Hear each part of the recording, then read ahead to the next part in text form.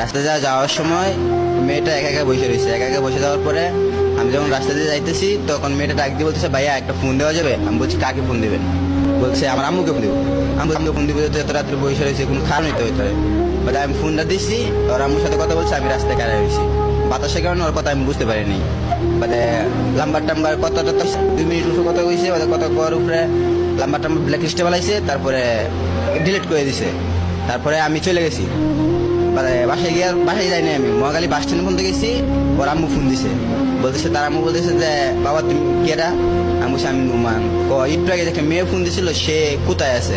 আমি বলছি, সেই মেয়েটা তো আমি জানি না, মেয়েটা আমার হাতিল থেকে আমার ফোন দিয়ে একটা ফোন দিছে।